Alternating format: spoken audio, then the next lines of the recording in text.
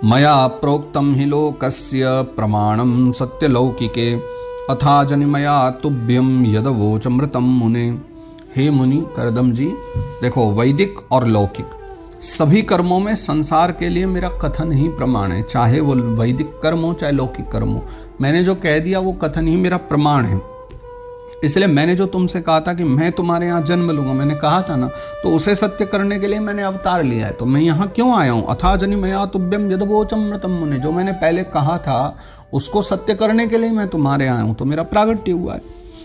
एतन्मे जन्मलोकेस्मिन् मुमुक्षाणां दुराशयात् प्रसंख्यानाय तत्वानां सम्मतायात्मदर्शने।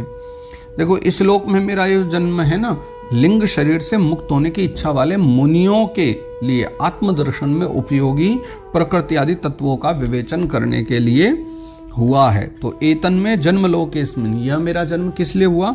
मुमुक्षाणाम दुराशया, दूर की देखने वाले जो मुमुक्षु हैं उनके लिए, प्रसंख्यानाय तत्वानाम सम्मताय आत्मदर्शने, अपने आत्मदर्शन पूर्वक जो इस संसार से मुक्त होना चाहते हैं, है ना, और भगवत प्राप्ति में जिनका हृदय एकदम लगा हुआ है, उनको सांख्य दर्शन का वर्णन करने के लिए, प्रसंख्यानाय तत्वानाम, तत्वों के विषय में चर्चा करने के लिए ही मेरा प्रागट्य हुआ है। एष आत्मपथो व्यक्तो नष्टः कालेन भूयसा तम प्रवर्तयितुम देहमिमं विद्धि मया भृतम्। देखो आत्मज्ञान का ये जो सूक्ष्म मार्ग है ना, ये बहुत समय से लोप हो गया। ऐसा नहीं है कि भगवान यूँ कह रहे हैं मैं कोई नई चीज बनाने आया हूँ, नहीं, ये जो मार्ग है ये तो पहले से ही है, यानी अनवरत काल से चले आ रहा है। लेकिन कुछ समय से जो है ना ये क्योंकि ये मार्ग बहुत सूक्ष्म है। और देखिए जब किसी वस्तु के ग्राहक नहीं मिलते ना, वो चीज़ धीरे धीरे बाजार से नष्ट होने लग जाती है। तो ज्ञान की कमी होने के कारण और अज्ञान बढ़ने के कारण ये चीज़ बहुत समय से लोप होती जा रही थी। तो भगवान कहते हैं कि नष्टः कालेन भूयसा, समय के साथ जो चीज़ नष्ट हो गई है, तो एष आत्मपथो व्यक्तो, उस आत्म तत्व का दर्शन फिर से कराने के लिए मेरा जन्म हुआ। तो तम प्रवर्तयितुम देहम इमं विद्धि मया भृतम्, इसे फिर से प्रवर्तित करने के लिए, फिर से बढ़ाने के लिए मैंने यह शरीर ग्रहण किया है। तुम ऐसा ही जानो, ऐसा ही स्वीकार करो मेरी बात को। गच्छ कामं मया पृष्टो मयि संन्यस्त कर्मणा जित्वा सुदुर्जयं मृत्युममृतत्वाय मां भज। हे मुनि, गच्छ कामं मया पृष्टो, मैं तुम्हें आज्ञा देता हूँ क्या कि तुम इच्छानुसार जाओ। गच्छ कामं मया पृष्टो, तुम जाओ इच्छानुसार जाओ और अपने सारे कर्म जो है ना मुझे अर्पण करते हुए दुर्जय व जो मृत्यु है उसको जीत लो और मोक्ष पद प्राप्त करने के लिए मेरा भजन करो। जित्वा सुदुर्जयम मृत्युम, उस दुर्जय मृत्यु को जीत लो तुम, और अमृतत्वाय माम भज, और उस अमृत तत्व की प्राप्ति के लिए मेरा भजन करो। संन्यस्त कर्मणा, तुम संन्यास ग्रहण करो, मोक्ष पद प्राप्त करने के लिए मेरा भजन करो। अमृतत्वाय, अमृतत्वाय मतलब मोक्ष, उसको पाने की इच्छा करो। मामात्मानं स्वयं ज्योतिः सर्वभूत गुहाशयम् आत्मन्येवात्मना वीक्ष्य विशोको भयं रक्षसि। देखो मैं स्वयं प्रकाश और संपूर्ण जीवों के अंतःकरणों में रहने वाला परमात्मा ही हूँ। तो अतः जब तुम विशुद्ध बुद्धि के द्वारा अपने अंतःकरण में मेरा साक्षात्कार कर लोगे ना, यानी अपनी विशुद्ध बुद्धि के द्वारा मेरा दर्शन जब अंतःकरण में कर लोगे, तब जो है सब प्रकार के शोकों से छूटकर निर्भय पद को प्राप्त हो जाओगे। निर्भय पद मतलब मोक्ष पद को तुम प्राप्त कर लोगे। मात्र आध्यात्मिकीं विद्यां शमनिं सर्वकर्मणां वितरिष्ये यया चासौ भयं चाति तरिष्यति। माता देवहूति जो है ना, उनकी भी चिंता मत करना। क्यों?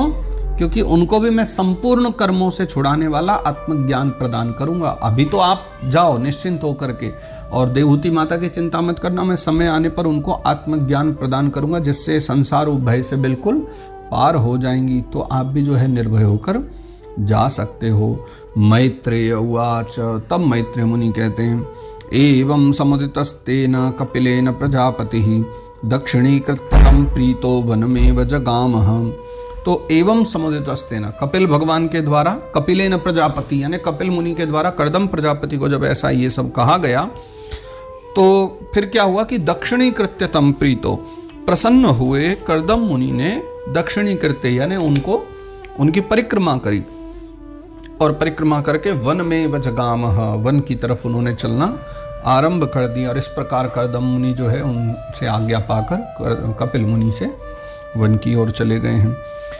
व्रतम स आस्थितौ मौनमात्मैक शरणो मुनिः निस्संगो व्यचरत क्षोणी मनग्निकेतनः।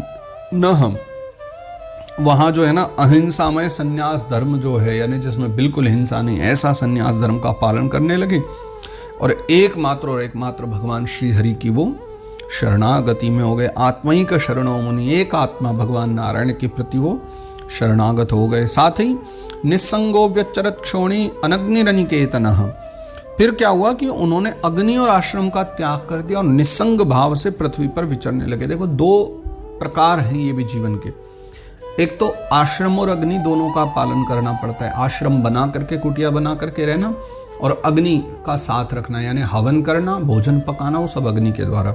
लेकिन एक स्थिति वो है संन्यास की जहाँ आश्रम और अग्नि दोनों का त्याग हो जाता है, यानी आश्रम नहीं बनाएंगे रुकने के लिए, भ्रमण करते रहेंगे, और अग्नि नहीं जलाएंगे, यानी वो किसी प्रकार का भोजन नहीं पकाएंगे, भिक्षा मांग करके पाएंगे। तो कर्दम जी ने वही किया। और निस्संगो व्यचरत क्षोणी, यानी निस्संग हो गए, निस्संग भाव से, कोई मित्रता नहीं, शत्रुता नहीं।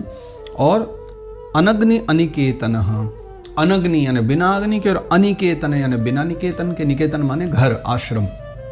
तो अनिकेतन और अनग्नि दोनों भावों के साथ में जो है कर्दम मुनि ने यात्रा आरंभ कर दी।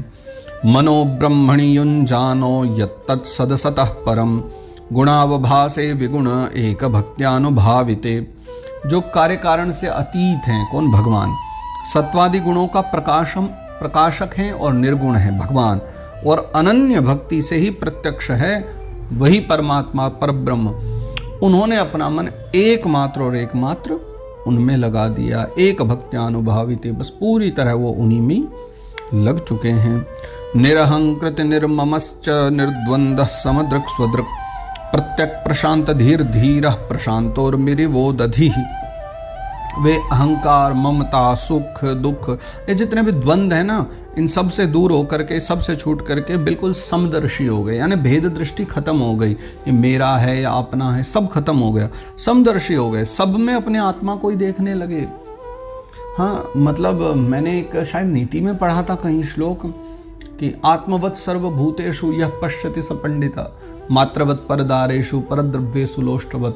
प्रत्येक स्त्री में जो माँ की भावना करे, जो दूसरों के धन को पत्थर के समान देखे। और तीसरी बात, आत्मवत् सर्वभूतेषु, जो प्रत्येक आत्मा में स्वयं को देखने लग जाए, वही विद्वान है, वही पंडित माना जाता है। यहाँ वही बात कह रहे हैं कि उनकी समदर्शी भाव इतना हो गया कि वो सब में अपने आत्मा को देखने लग गए, परमात्मा को देखने लगे।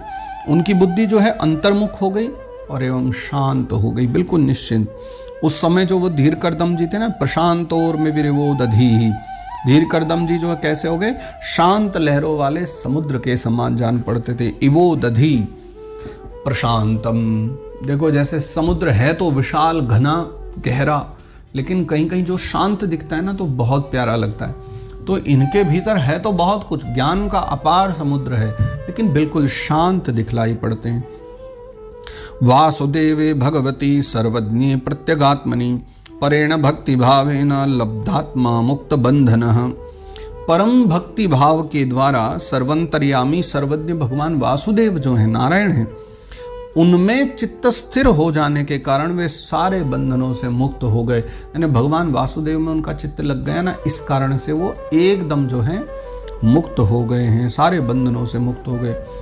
आत्मानं सर्वभूतेषु भगवन्तम् अवस्थितम् अपश्यत् सर्वभूतानि भगवत्यपि चात्मनि। संपूर्ण जो भूत प्राणी हैं उनमें अपने आत्मा भगवान श्री हरि को, नारायण को, और संपूर्ण भूतों को एकदम आत्मस्वरूप यानी श्री हरि में स्थित देखने लगे। यानी सभी भूतों में देख रहे हैं कि इनमें भगवान है, और उन्हीं भूतों को देख के कह रहे हैं यही साक्षात भगवान है। उनकी ऐसी दृष्टि जो है स्थिर हो गई। इच्छा द्वेष विहीनेन सर्वत्र समचेतसा भगवत भक्ति युक्तेन प्राप्ता भागवती गतिः। और इस प्रकार जो है इच्छा द्वेष इन सब से दूर होकर के, सर्वत्र संबुद्धि होकर के, और भगवत भक्ति से संपन्न होकर के, भगवत भक्ति युक्तेन, भगवत भक्ति युक्त हो करके करदम जी ने क्या किया कि प्राप्ता भागवती गति, अंत में करदम जी ने परम पद जो है भगवान का उसको प्राप्त कर लिया। तो यहाँ पर करदम जी की कथा विश्राम हो जाती है कि हाँ, भगवत कृपा हुई और उन्होंने वैसे ही विचरण करते हुए कई वर्षों तक अपने जीवन को एकदम समदर्शी बना लिया, शांत चित्त बना लिया और अंततः भगवान के परम पद को प्राप्त हो गए। और इसी के साथ जो है ये हमारा 24वां अध्याय तृतीय स्कंद का यहाँ विश्राम होता है। जय जय श्रीमद् भागवते महापुराणे पारमहंस्याम संहितायां तृतीय स्कंदे कापिलेये चतुर्विंशोऽध्यायः। तो इस प्रकार श्रीमद् भागवत महापुराण परमहंस संहिता के इस तृतीय स्कंद में कापिलेय यानी भगवान कपिल के पावन कथाओं के रूप में चतुर्विंशोऽध्याय 24वां अध्याय गाया गया है। श्री कृष्णार्पणमस्तु, श्री कृष्णार्पणमस्तु, श्री कृष्णार्पणमस्तु। हे गोपाल राधे कृष्ण गोविंद गोविंद, हे गोपाल राधे कृष्ण गोविंद गोविंद, कृष्ण गोविंद गोविंद, राधे गोविंद गोविंद, कृष्ण गोविंद गोविंद, राधे गोविंद गोविंद, हे गोपाल राधे कृष्ण गोविंद गोविंद, हे गोपाल राधे कृष्ण गोविंद गोविंद। श्री वृंदावन बिहारी लाल की जय, श्री गोवर्धन नाथ की जय।